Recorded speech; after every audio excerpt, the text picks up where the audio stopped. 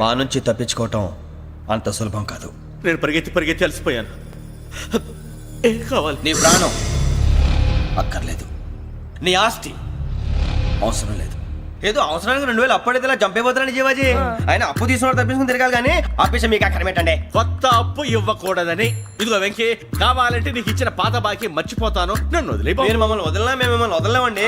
మీ దగ్గర అప్పు తీసుకున్న నిజం మమ్మల్ని నీలా వెంటాడు. అందుకు నన్ను ఎంత ఆడుతున్నారా? నన్ను అంతగా అయిపోలేదు. ఉండి లేదంటే మొత్తం లేకుండా పోతారు. ఇప్పుడు మీకు ఇస్తే జరిగేది అదే.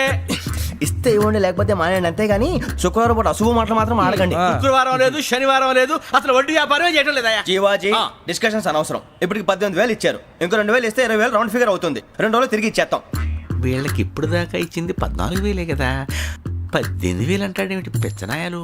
పడ్డాడు కక్కుర్తాడు. సంగతి వరకు తెలిసి అసలేనయ్యా, ఇదే నేను మీకు ఇచ్చే ఆఖరి అప్పు. మీరు ఇచ్చిన ప్రతిసారి ఇలాగే అంటారు. ఇతనే వచ్చిందని తగలేయకుండా ఊరికే వచ్చింది ఏంటి?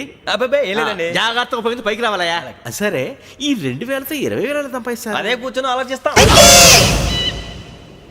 ఆ జీవగాడు ఎప్పటికైనా జీవితంలో పైకి రావాలంటాడు. రోజు ఇంత పైకి వస్తాం తెల్లడికి. రే, మనం దొరికిన వాళ్ళ దగ్గర అప్పు చేసి తాగెత్తనం. ఇలా ఎన్నాళ్ళు పిచ్చే వాళ్ళు ఉన్నన్నాళ్ళు తెలిసిన వాళ్ళందరూ అయిపోయారు, ఇంకెవరు మిగిలారా? అందుకే నేను ఎప్పుడూ అంటూ ఉంటాను, సర్కిల్ బెంచ్ మని ఒక రెండో పెంచుకుందామన్నా ఎవడు కోఆపరేట్ చేయట్లేదా? మనం చూస్తేనే జంప్ అక్కడ. అరే వడ్డీ ఎంతైనా పర్వాలేదు, అప్పు ఏంట్రా అంటే ఒకరి ముందు రాడే. ముందుకు వస్తే వాళ్ళు వెనక్కి వెళ్తారని భయం. భయం భయం భయం, ఎక్కడ చూసినా భయం. ఎన్నాళ్ళు భయం? మనల్ని చూస్తే మనకే పరమ అసహాయం చేస్తుంది. మనకే కాదు, ఊళ్ళో వాళ్ళందరికీ కూడా అదే ఫీలింగ్. అందరూ డిగ్రీ 3 సంవత్సరాలు చదివి పాస్ అయితే మనం 6 సంవత్సరాలు చదివి పాస్ అయ్యాం. మరి ఉద్యోగం ఎవడి? ఉద్యోగాలు ఇవ్వక, అప్పులు ఇవ్వక, తాగేది ఎలాగా, బతికేది ఎలాగా? అరే మనం మాత్రం మనుషులం కాదా?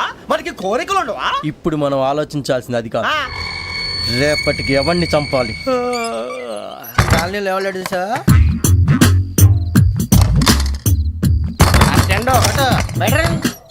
నువ్వా వెంకీ? ఏంటి వెంకీ ఈ టైంలో వచ్చా? నీతో మాడే పని ఉంది, దా చెప్తా. ఏ బాగా నిద్రొస్తుందా? సరిగానే రే, నువ్వు మమ్మల్ని చూసే తలిపేసావా? మామూలుగానే వేసాను. మామూలుగా వేసేవాడివి. మేము రావడానికి 1 నిమిషం ముందో, మేము వెళ్ళాక 1 నిమిషం తర్వాత వేయాలి కానీ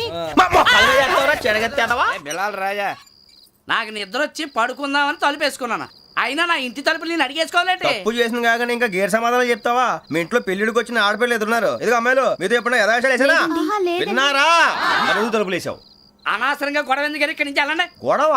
మీ ఇంటి మీద పడి ఎప్పుడైనా గొడవ చేశానా బినిగారు? లేదు బాబు. విన్నారా? చెప్పు, మమ్మల్ని చూసి తలుపులు ఎందుకు వేసుకున్నావు? అరే మాకు అప్పించిన వాళ్ళు కూడా మమ్మల్ని చూసి ఎప్పుడు తలుపులు వేసుకోలేదు. ఏం చేయాలి? మరి నువ్వు ఎందుకు వేసుకున్నావు? బాబు టప్ అయిపోయింది, బుద్ధి తక్కువ వేసాను చాలా. అంటే మా మోకాల మీద తలుపులు వేసామని ఒప్పేసుకుంటున్నావు? ఒప్పుకుంటున్నాను. సరే ఇప్పుడు చెప్పు, మా మొఖాల మీద తలుపులు వేసేంత తప్పు మేము ఏం చేసామరా? తప్పైపోయిందని అంటున్నారు కదా, వదిలేయండి బాబు. అదే తప్పు మేము చేసి మమ్మల్ని వదిలేయమంటే మీరు వదిలేస్తారా బినిగారు? తప్పని ఒప్పుకుంటున్నాడు కదా అయ్యా. ఇప్పుడు టైం 11 అయింది, వెళ్ళి పడుకోండి. 11 అయిందా? కొమ్ము ఉంచాడు కదా. నాకు సంబంధం ఏంటి? ఉంది, సంబంధం ఉంది.